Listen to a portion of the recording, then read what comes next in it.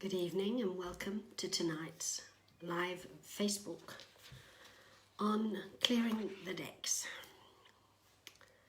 It's an interesting topic and it's one that I wanted to offer tonight because we're coming to the end of a year, and I feel it's always good as we leave one year to move into another that we take some time for reflection and to look at what exactly we're doing, where we are, where we're going, etc.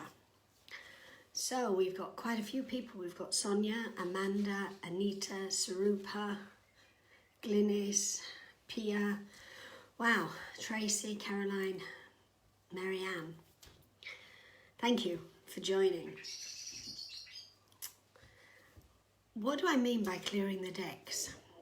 It's interesting because some of the questions that people have sent me talk about that. Bronwyn asks, what are we clearing the decks of? Hi Karen, we're clearing the decks of all the minutiae of life. A bit like spring cleaning. When we come to the end of a year, it's good to stop and to look in the corners of our mind and throw out the things that we've outgrown that we didn't even notice because we were too busy outgrowing them. It's about recognizing that as a consequence of all we've experienced, some things that have been a part of us for a long time don't really have that much significance now, and other things that we perhaps hadn't given much attention to have become more important. So clearing the decks is clearing away the clutter that stops us literally from seeing the trees because we're too busy caught up in the wood. As Anita says, out with the old and in with the new. And clearing the decks, here's a good example. Sarupa says, love the office. Since we moved to New Zealand, one of the things I did was decided that I wanted a separate office. I didn't want to have the office in the house. I wanted a separate office. We work from home. We're on 2 acres, so why not use some of the space? And so we built a little cabin, and this is where I am at the moment doing this Facebook Live. And it's lovely. But I had to clear the decks. I had to go through and look at what did I want to keep in the office and what was material that had been relevant but isn't really that relevant any longer. I don't throw very much away when it comes to the teaching materials that I use. But it's good to separate the resources into things that I'm working with now and things that I worked with 20 years ago, for example. So where we are now is we've cleared the decks, and my job is to make sure that as I go forward, I don't go and fetch the old material back in and start to make the place cluttered again. So what are we clearing the decks of? It's not just having a new building and moving into it. It's letting go of the thoughts and the attitudes that limit us. The emotions that no longer serve us, like fear and blame, jealousy, frustration, and create space by letting go of those things for new opportunities, new attitudes to step in to that space and support us as we become more. 2018 has been a tough year.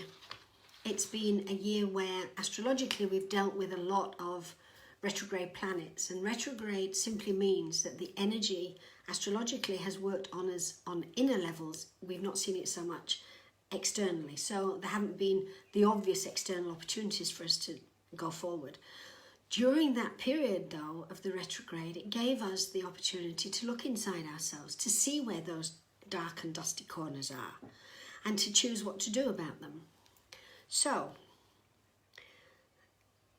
if we've seen by doing that the limitations and we choose to release them, what that means is that in 2019 we're stepping forward without a ball and chain around our ankle. Hi, we've got a new person here from Thailand. I'm sorry, I can't read your language, so I don't know your name, but welcome. So do we want to take a ball and chain into 2019? Because if we do, don't clear the decks. But if we don't, then it's time to let go and claim what is going to enhance our journey, what's going to empower our life, not what makes us small. And you know, feeling small isn't just an attitude, it's a habit. The sooner we kill that habit, the better it is. So 2018 has been about relationships and patience. Because if you don't have patience in relationships, your relationships are going to be pretty dynamic, shall we say. If we understand that the first and most important relationship is the one we have with Spirit, and the second is the one we have with ourselves, every other relationship will flow fully from an open-hearted spiritual perspective, which makes relationships easier. And that means that when we go into 2019, which is about growth and expansion, we're going to do so knowing that we have people around us who we've chosen and who have chosen us to be part of that growth and that expansion. If we don't clear the decks, then we hold on to relationships that we've outgrown. So Haresh wanted to know how that related, which is what I've just spoken about, but also he asks, how do we know we're where we're meant to be? Well, you know, we're always where we're meant to be. The difference is whether we're awake to that or asleep to that. If we're where we're meant to be, then we will recognize the signs and the signals that Spirit offers to us as we go forward. If we're asleep, we will do all that we need to do. We may not necessarily, however, be aware that it's part of our purpose, part of our journey, part of our learning. Anita wanted to know, how do you move through or deal with that last piece of resistance when you know there's just that last piece to go? It's actually very easy, yet feels heavy as dragging an elephant or a ball and chain. Well, I say this all the time to people. Ask. Not yourself. Hi Fanula, nice of you to join us. Not yourself. Ask your guides, ask your teacher, ask your soul to show you what lies behind that little piece that's so easy but that is so heavy. And don't expect to get a clear answer in meditation. Yes, that happens for some people, but not always. Instead, ask the question knowing that as you go through your day, you will be made aware one way or another of how to do it. And we've talked about this before. You might read something in a book that gives you the answer. Somebody might say something. You might read a sign on a building as you walk past. If you ask Spirit to show you, you will get that answer one way or the other, because whether you trust you're going to get it or not, Spirit will always keep trying to help. Amanda said, we've seen and experienced big energy shifts this year. As we reflect on 2018, why is it important to resolve, integrate and celebrate our journey? And that's a really good question, Amanda, because if it's to be, it begins with me. And if I'm cluttered, if my mind is foggy, I've got so much in it that I don't think straight. When I sit to meditate, my connection is going to be, I'm going to have static. It's going to be difficult to meditate.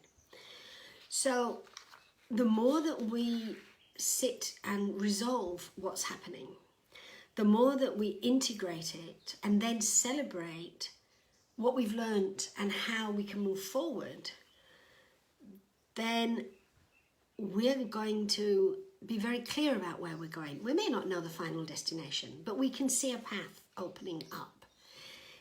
If we don't resolve, integrate and celebrate, then we can lose sight of who we are. More importantly, we can lose sight of how far we've come. So that recognition helps us, particularly the celebration, helps us to see how much we've grown, but how much more there's still left for us to achieve if we wish. And you know, it's not always easy to let go, because we're human, because our emotions are involved, because we connect to people or situations. Hi, Eri. To people or situations. It's not always easy to let go. Holding on doesn't help. It holds you back. It blocks your ability to see what could be because you're so focused on what you're holding on to. It's interesting because Sonia's asked, can I ask Helen to share with us one of her experiences of how she cleared the decks to sustain the new discoveries? The new office is one, but I haven't sustained it yet. As I said, I have to be careful not to keep bringing back the material that I put to one side, else the office is going to, excuse me, the office is going to get cluttered. I guess for me, it began when I decided to put spirit first. When spirit became the center and the focus of my life, it was challenging because at that time, 35 years ago, people weren't as accepting, they weren't as open. I didn't have a mentor. I didn't have someone I could go and talk to. Because I was stepping onto an obviously spiritual path, even though there were people around, their path wasn't mine, and they wanted me to be what they thought I should be. They didn't encourage me to trust my own knowing to be what my guidance was showing me to be. Anyway, I decided that I would accept the invitation from Spirit to resign from my job and to focus on what I'd come here to do. I didn't know what it was exactly. I just knew that that's what I needed to do. And the biggest challenge in maintaining that wasn't how other people responded or reacted, as challenging as that was. The biggest challenge was my self-image. If you don't change your self-image, you don't clear the decks. Changing your self-image isn't about saying how connected you are, how wise you are, how much you've learned. It's about going deeper than that. It's about looking at the service. Anita's just said, thank goodness you didn't be or become who they wanted or thought you should be. It's a mistake. We can never be what other people think we should or ought to be. We can only be ourselves, and to do it with bells on, to celebrate. So people wanted a label. They wanted me to say, I'm a this or I'm a that or a... All I said to people was, I don't have a label. I work with Spirit. My job is working with Spirit. It's not a title, it's just what I do. And then they would say, how do you work with Spirit? And so I would talk about it. And in doing that, I gradually began to recognize that I was accepting that I was no longer the job title I used to have. It wasn't the first description that came to mind. You know, let's face it, if somebody says, who are you? We usually begin by telling them what we do, what our job is. And I didn't begin with that anymore. I began with what I did. And so what that enabled me to do was to stop thinking like a 9-to-5 person, because when you're in service with Spirit, not to Spirit, with Spirit, it's 24/7. It's not burdensome, it's not heavy, it's light, because we're working with light. And so now I felt a sense of lightness because I'd connected to what I was becoming, and I maintained that, clearing the decks, by being present in the moment to the steps I was taking and not looking behind me to what I'd left behind. And what was interesting was that I went back to the work, the company that I used to work for, 6 months later. Everything had turned upside down. Everything was topsy-turvy. Nothing was as it had been when I left. And I'm pretty certain that if I'd stayed, as part of that reorganization, I would have ended up feeling more stuck and more limited than I had at the time I chose to leave. Because if we've got something to do, Spirit will make sure we do it one way or the other. It's not about seeing ourselves fully, Amanda. It's about seeing how we see ourselves. So here's an exercise for you. I'd like you all to try and put it on the Facebook, what you discover. If you were asked to look at what your self-image is, how would you describe how you see yourself? Because that's what limits you. That's what blocks you. If you see yourself as small, you'll be small. And I've met a lot of very big people over the years that saw themselves as small, 6'4", and saw themselves the equivalent of 5 foot. I'm 5'2". I know what small is, but I don't feel small because my self-image is not one of a small person. It used to be. I used to see myself as this little woman from Sheffield. I don't anymore because I'm not a little woman and I'm not from Sheffield. So the biggest aid to maintaining, once we clear the decks, for me was maintaining my curiosity, and I've mentioned this before, by being curious about not what I could do, but how Spirit was going to show up next. If I'm on this spiritual path and if I'm doing what they want me to do, what's going to crop up next? It stopped being about me. It was all about my service, and not service in big capitals, just what it was I could do each day to share light. So then Sonia asked, after we clear the deck, what can we do to hold us accountable? I don't think you need an accountability. I think you need an intent. And I've really talked about this in what I said before, because it's easy to fall back into old habits, yes. However, if you set an intent to do something, and a simple thing, not a huge thing, a simple thing, an intent that you are going to listen to Spirit, you're going to take the opportunity that might be to help somebody, to smile at someone that smiles at you, to complete a task that Spirit's asked you to complete. If you do those things, you create new habits. And I've actually put, when we stop thinking of this as another job and open our minds and our hearts to all the universe has to offer, what we find is phenomenal. It's phenomenal. So set the intent to be open to all that Spirit is offering, all the universe is making available for you for your journey. It's kind of like a kid in a candy store. Which am I going to pick first?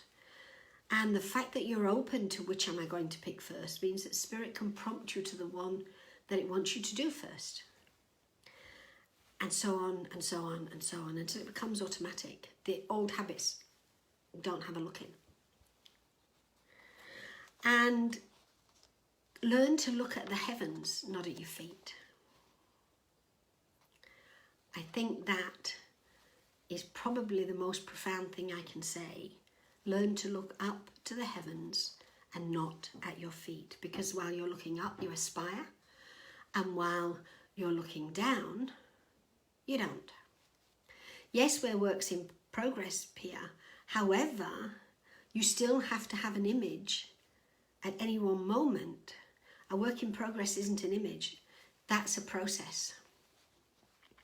Orla says, what's the difference between the elements within and the elements without? Is there one? No. That's a simple answer. No. Except that in the outer world, the elements are guided and directed theoretically by a high spiritual being. And I say theoretically. We don't harness our own elements. We don't bring them together and guide them to work in tandem, to operate together for the best for ourselves, for the best and highest for everyone. And so our elements can run rampant. When ours do so, then the outer elements are buffeted around by that. When we harness our own elements, we work in harmony with the elemental beings that hold our world together. And then it becomes a collaboration. I've talked about that before. Remember that our world is still evolving. And as land rises and falls, it's going to affect the elements. It's going to affect the air currents and the water currents. So change is inevitable. If we fear it, then it becomes another limitation. But if we collaborate with it by harnessing our own elements, it can become a celebration. As we move toward the end of 2018, it feels like the elements have been tossed and turned all over the place. What is one simple action we can all take to assist in restoring balance and assisting the elements in 2019? You can do a meditation to balance and harness your own elements, or we have a group called Harmony 21, and on the 21st of each month, we meet together to do a meditation. We don't meet on the 21st of, let me clarify, we don't meet on the 21st of every month, but on the 21st of every month, we come together. So Harmony 21 gives us the opportunity as a group to meditate in the ethers for balance and harmony for our world. On the equinox and the solstices, we actually meet as a Facebook Live group and do the meditation physically in the moment together.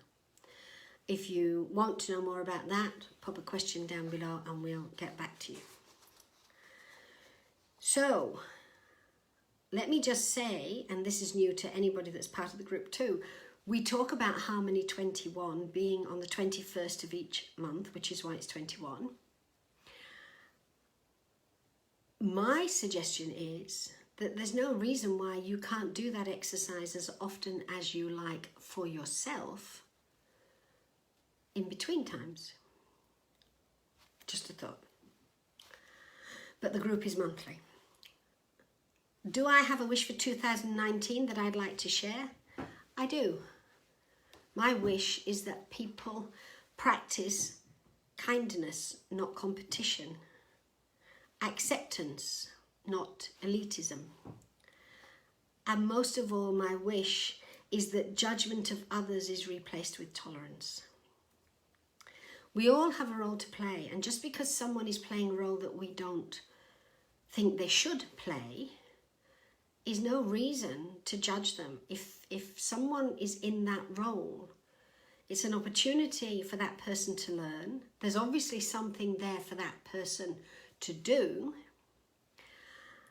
And if we judge, we're actually saying that we know better than spirit. And sometimes we have to have negative role models in order to become positive role models. Just a thought. So, if something is happening that you don't like, ask what it's trying to show you so that you can benefit and grow. Can I talk a little bit about getting out of our own way? The biggest thing that gets in the way is that we take things personally. So I guess my number one thing would be to say to people, stop taking things personally. If somebody says something that you don't like, you're entitled not to like it. Look at why you don't like it and what is it that's in that for you to learn and grow from. What is it trying to show you? And it's not always that you're doing something wrong. It may be that you are learning about someone else and how somebody else thinks. So stop taking things personally. If somebody does say something you don't like, ask them why. Because that creates an opportunity, not for an argument, but it offers an opportunity for you to learn from them, and it might open a door for them to learn from you. When you react, there is no opportunity. Work on your uncertainties Because when we work on our uncertainties, they become strengths. And above all, ask. You know, it's the one thing that I hammer on about all the time. We are connected to spirit. We have our own intuition, we have our soul, and we have guides and teachers available to us who are most of the time unemployed because we think we've got to figure things out or we've got to resolve things. Whereas if we went into meditation and said, I don't understand this, what does it mean? Or why is this happening? What can I do here? The wealth of assistance and support we would be given is unfathomable. So stop trying to solve all your problems and let spirit in as a partner, because that's what it's supposed to be. Pia asked, how does grace operate in our journey to clearing the decks? Grace is about courtesy. It's about being courteous. It's about being kind. When we do things with grace, we do them with a courtesy and a kindness that makes whatever we are doing a pleasure for everyone who's participating, even when that participation is about a sad event. Grace makes it easier for the energy to flow. So courtesy and kindness, appreciating who we are and what we can share with others, that's grace, and that's how we can use it to operate on our soul path more effectively. We've come to the end of a huge year. I don't know if any of you've got any questions based on what I've said. I'm going to talk for a few minutes to give you time to decide if you have. But we've come to the end of a huge year, and next year is going to be a year of opportunity.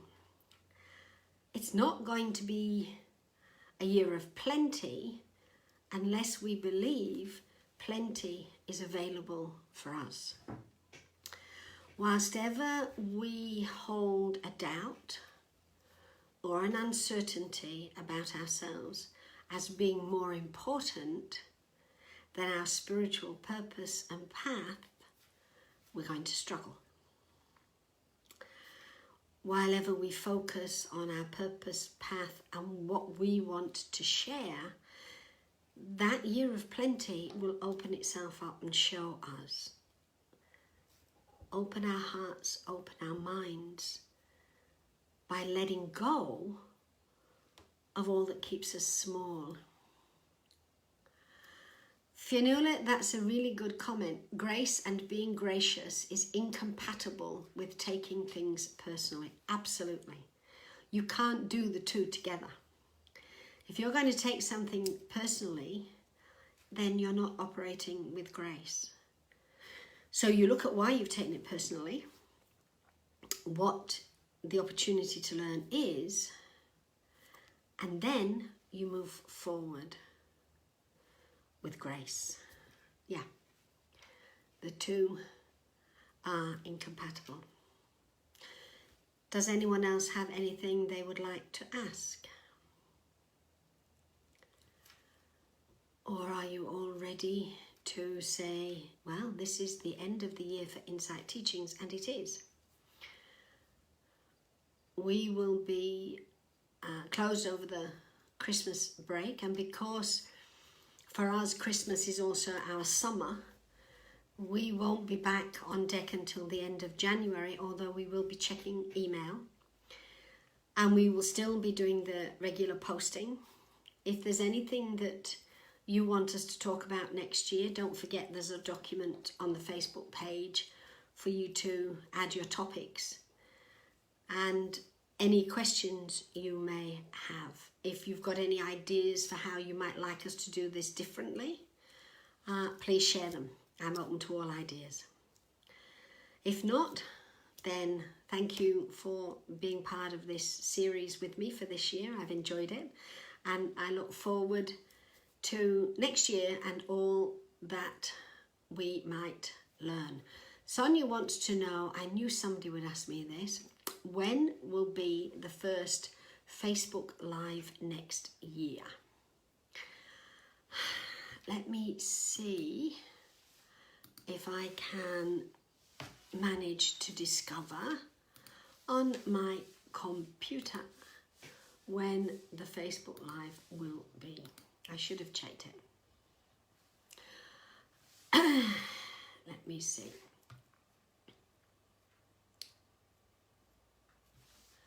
So it's going to be the 21st of January is the Facebook Live. So I'd just like to say thank you to everyone. No, it's not tomorrow, Anita. Thank you. Thank you to everyone for walking with me this year. I've really enjoyed it. It's been a pleasure. I hope you all have a fantastic Christmas, New Year, and that 2019 begins beautifully for all of you. Talk to you next year. Good night.